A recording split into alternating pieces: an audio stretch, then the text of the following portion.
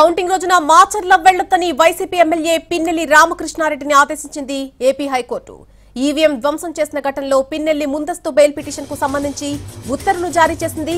June 6 వరకు parliament నియోజకవర్గ కేంద్రంలోనే ఉండాలని ఆదేశించింది.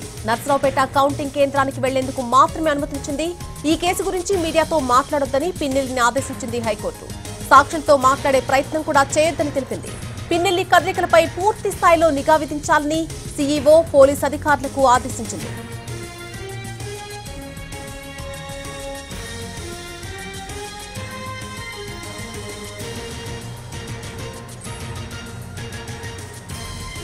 కౌంటింగ్ రోజున మాచర్ల వెళ్లొద్దంటూ వైసీపీ ఎమ్మెల్యే పిన్నెల్లి రామకృష్ణారెడ్డిని ఆదేశించింది ఏపీ హైకోర్టు. ఈవీఎం ధ్వంసం చేసిన ఘటనలో పిన్నెల్లి ముందస్తు బెయిల్ పిటిషన్ కు సంబంధించి ఉత్తర్వులు జారీ చేసింది. ఇదే విషయానికి సంబంధించి పూర్తి అప్డేట్ మా ప్రతినిధి శ్రీకాంత్ అందిస్తారు. శ్రీకాంత్, వచ్చే నెల 6 వరకు కూడా నర్సరావుపేట పరిధిలోనే ఉండాలంటూ కూడా కోర్టు ఆదేశించినట్టుగా తెలుస్తోంది. పూర్తి అప్డేట్ ఏంటి?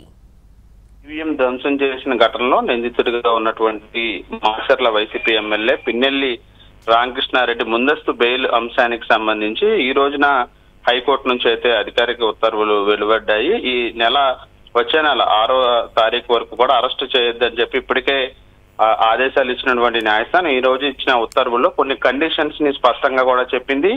పార్లమెంటు నియోజకవర్గంలోనే ఈ నెల 6వ తారీఖు వరకు పిన్నెల్లి ఉండాలని ఆదేశాలు ఇస్తూనే కౌంటింగ్ కేంద్రానికి వెళ్లడానికి మాత్రమే ఆయనకి అనుమతి ఇచ్చింది. మాచర్ల కౌంటింగ్ రోజున వెళ్లొద్దని కూడా స్పష్టమైన ఆదేశాలు ఇచ్చింది. ఈ కేసుకు సంబంధించి మీడియాతో మాట్లాడొద్దని కూడా ఆదేశాలు జారీ చేసింది. సాక్షులతో మాట్లాడే ప్రయత్నం కూడా చేయొద్దని పిన్నెల్లికి సూచించిన నేపథ్యంలో ఈసీకి సంబంధించిన నిఘా నీడలోనే పిన్నెల్లి కదలికలు ఉండేలా చూడాలని చెప్పి కూడా పోలీసులకు ఆదేశాలు కూడా జారీ చేసిన నేపథ్యంలో మొత్తం ఈ అంశానికి సంబంధించి కూడా ఇప్పటి వరకు కూడా పిన్నెల్లి అరెస్ట్ అంశానికి సంబంధించి నిన్నే కోర్టు నుంచి వెసులుబాటు ఆయనకి వచ్చింది. హైకోర్టులో ఊరట కూడా లభించిన నేపథ్యంలో కౌంటింగ్ రోజున మాచర్ల వెళ్లకుండా ఉండాలి, అక్కడ కొంత ఉద్రిక్త పరిస్థితులు ఉన్నాయి కాబట్టి వాటిని అదుపులో ఉంచాలంటే ఆయన నరసరావుపేట నియోజకవర్గంలో ఉన్నటువంటి కౌంటింగ్ కేంద్రం వరకు మాత్రమే వెళ్లాలని చెప్పి అయితే స్పష్టమైన ఆదేశాలను అధికారిక ఉత్తర్వుల్లో అయితే హైకోర్టు పేర్కొందని.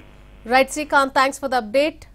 ధ్వంసం చేసిన ఘటనలో పిన్నెల్లి ముందస్తు బెయిల్ పిటిషన్ కు సంబంధించి ఉత్తర్వులు జారీ చేసింది కోర్టు. జూన్ 6 వరకు కూడా పార్లమెంటు నియోజకవర్గ కేంద్రంలోనే ఉండాలని ఆదేశాలు జారీ చేసింది.